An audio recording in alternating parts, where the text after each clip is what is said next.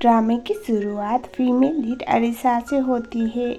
इस ड्रामे की फीमेल लीड है। 10th एनिवर्सरी पे उसका हस्बैंड उसे डिवोर्स मांग लेता है। ये सुनने के बाद अरीसा शॉक में आ जाती है और वो अपने हस्बैंड के मुंह के ऊपर शराब फेंक के मारती है और वो बोलती है कि तुम ऐसा कैसे कर सकती हो। और उसके बाद वो बोलती है जस्ट बिकॉज मैं तुम्हें कोई बच्चा नहीं दे पाई इसीलिए ये सब बोल रहे हो। तभी उसका हस्बैंड बोलता है ऐसी कोई बात नहीं, तुम बहुत अच्छी हो लेकिन तुम्हारे साथ में नहीं रह सकता।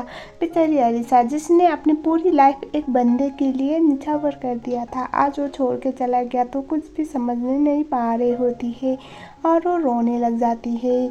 और अब हम चलते हैं इससे पहले एक्चुअल में क्या हुआ था वो जानने के लिए। तो चलिए फ्लैशबैक टाइम, जहाँ पर अरीसा एक हॉस्पिटल में नर्स होती है। हमेशा की तरह अपना काम ख़त्म करके अरीसा ड्यूटी से बाहर जा रही होती है। तभी एक इमरजेंसी पेशेंट आता है जिस बात की वजह से अरीसा को वापस जाना पड़ता है। जब वो अंदर जाके देखती है तो वहाँ पर था ड्रामे का मेले जिसका नाम पोंग होता है। वो अपने शर्ट को फाड़ रहा था और उसके शोल्डर पे चोट लग रहा होता है। तभी अरीसा उसे डांटने लगती है, तुम्हें ऐसा करना नहीं चाहिए था, इन्फेक्शन फैल जाता।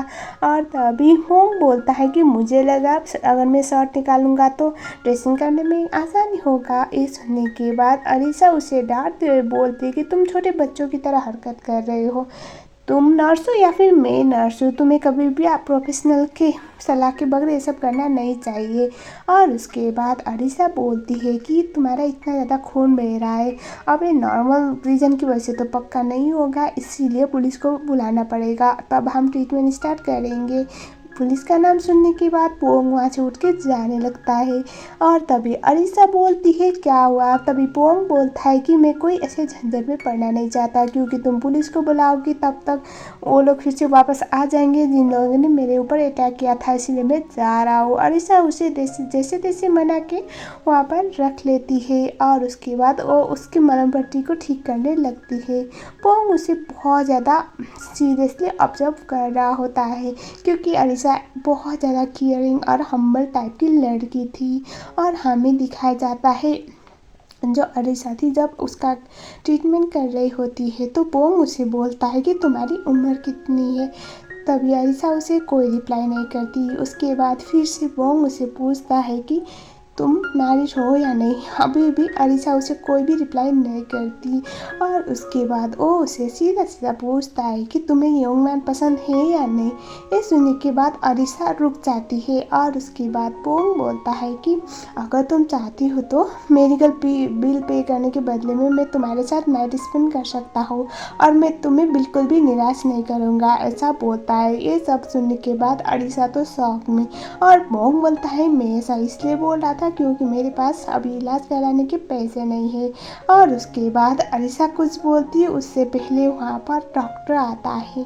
डॉक्टर अरीसा का हस्बैंड है, ये जेनरेंस हमें पता है। और उसके बाद डॉक्टर के आने के बाद अरीसा वहाँ से चली जाती है। और उसके बाद पोंग डॉक्टर को पूछता है कि ये नर्स मैरिड है या नहीं। ये सुनने के बाद डॉक्टर बोलता है कि ये जो अभी गई है वो मेरी वाइफ है। ये सुनने के बाद पोंग का तो मुंह वहीं पर बंद हो जाता है। और उसके बाद हमें दिखाया जाता है अगले वाले सीन में अरीसा अब जल्दी जल्दी हॉस्पिटल से बाहर जाना चाहती थी, क्योंकि आज उसके लिए बहुत इम्पोर्टेंट दिन था और उसकी फ्रेंड उसे बेस्ट ऑफ लक बोल रही होती है। और अब अरीसा चली जाती है उसकी बेस्ट फ्रेंड के साथ। इसका नाम है गेट और वो दिखने में भी बहुत खूबसूरत है। इसका एक स्पा और पार्लर जो भी है वो वाला एक शॉप है और वहाँ पर वो अपना ट्रीटमेंट करवाती है और वो बहुत खूबसूरत लग रही थी। गेट पहले उसका मजाक बनाने लगती है, दोनों सहेली बहुत अच्छे से बात करते हैं। गेट की बातों से हमें पता चलता है कि जो गेट थी वो जब बहुत बड़ी प्रॉब्लम में थी उस टाइम पे अरीसा ने उसकी बहुत मदद की थी। इस बात की वजह से वो उसके लिए बहुत स्पेशल थी। और यहाँ पर हमें पता चला है गेट उसकी हाई स्कूल टाइम से बहुत अच्छी दोस्त थी और गेट एक टाइम पे उस प्रेग्नेंट हो गई थी और अभी उसका जो बेटा है ऑलमोस्ट 20 साल का हो चुका है। लेकिन ताज्जुब की बात ये थी कि गेट क्या जो बेटा है उससे अरीसा आज तक मिली नहीं थी और गेट उसे इंसिस्ट कर रही थी कि उसे मिलना चाहिए तुम्हें। लेकिन गेट के लिए प्रॉब्लम ये था कि कभी भी गेट के पास उसका बेटा मिलने के लिए आता ही नहीं था जब भी वो मैसेज करती थी। और अब हम चलते हैं अगले वाले सीन में, जहाँ पर पोंग जब अलीसा से मिलने के लिए आया था दोबारा, तो वहाँ पर उसे पता चला अलीसा आज यहाँ पर नहीं है। तो बाद में वो बोलता है कि मुझे उनसे किसी भी कीमत पे मिलनी है। अलीसा की एक कलीग बोलती है क्या प्रॉब्लम है मुझे बताओ। तो पोंग बोलता है कि उसने मेरे पैसे पे किए थे, मेरे पास जब मेडिकल बिल नहीं था, तो प्लीज़ मुझे उसे पैसे लौटाने हैं तो मिलने दीजिए। ये सुनने के बाद अलीसा की कलीग बोलती है कि अलीसा का तो नेचर ही ऐसा है, तुम फिक्र मत करो, ये सब करने की ज़रूरत नहीं, अगर पैसे सच्ची में पे करना चाहती हो तो मुझे दे दो, मैं उसे दे दूँगी बोलती है। जिस बात की वजह से पोंग और अलीसा का दोबारा मुलाकात हो नहीं पाता। और उसके बाद ड्रामे का स्टार्टिंग वाला सीन दिखाया जाता है, वही जहाँ पर डॉक्टर अलीसा से अपने 10th एनिवर्सरी पे डिवोर्स मांग रहा होता है।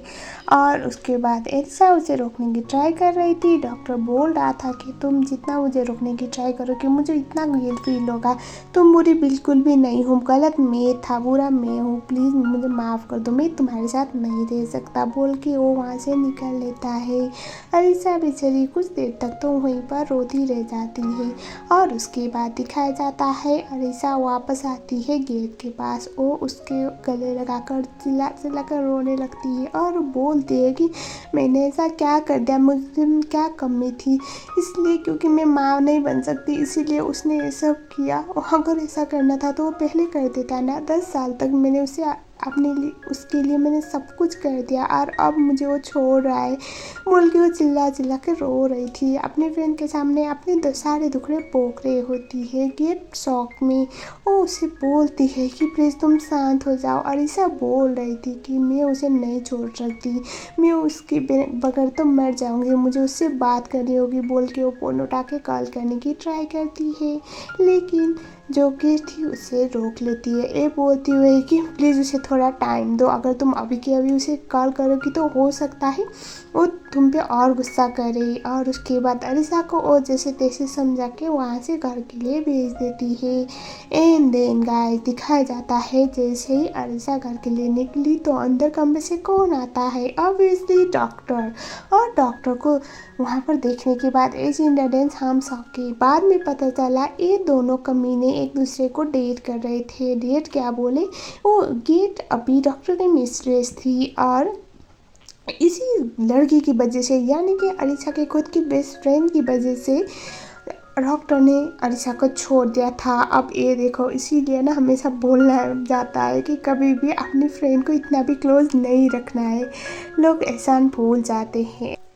फिर एक बार अलीसा को दिखाया जाता है वो कंटिन्यूसली रोए जा रही थी। अब बेचारी 10 साल तक उसने एक रिलेशनशिप के लिए अपने आप को ख़त्म ही कर दिया था, तो अब उसको ऐसे एक झटके में बुलाना तो पॉसिबल नहीं था और ये भी नेचुरल था। वो रो रही थी और जब वो अपने रूम में जाती है तो वो बस अपने डॉक्टर की मेमोरीज याद कर रही थी। उसे तो उसके आंखों के सामने उसके सर में सही हर जगह पे वही मेमोरीज याद आ रहे थे, उसके हस्बैंड के साथ बिताए हुए पल। और तभी वो कॉल करती है ये उम्मीद में कि शायद उसका हस्बैंड फ़ोन रिसीव कर ले, लेकिन उसे थोड़ी पता था कि उसका हस्बैंड तो अभी अपने मैडम यानी कि गेट के साथ बेड पे लगा पड़ा है और वो फ़ोन रिसीव नहीं करता। अब दिखाया जाता है पोंग को। पोंग ऐसे चला जाता है उसकी फ्रेंड के कैफ़े पे। इसकी फ्रेंड, इसका नाम है मीन, और उसके बाद वो बोलता है मुझे यहाँ सोना है। ये सुनने के बाद मीन उसे मना करती है।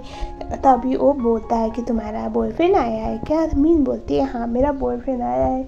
और वो बोलता है कोई बात नहीं, मैं सोफे पे सो जाऊँगा, मुझे आज यहाँ पर एक रात गुजारना है। ये सुनने के बाद मीन मना करती है और वो बोलती है कि मैं अपने बॉयफ्रेंड को क्या बोलूँगी, ये मेरा एक्स बॉयफ्रेंड है, ये बाहर सो रहा है, हम अंदर रूम में सोते हैं।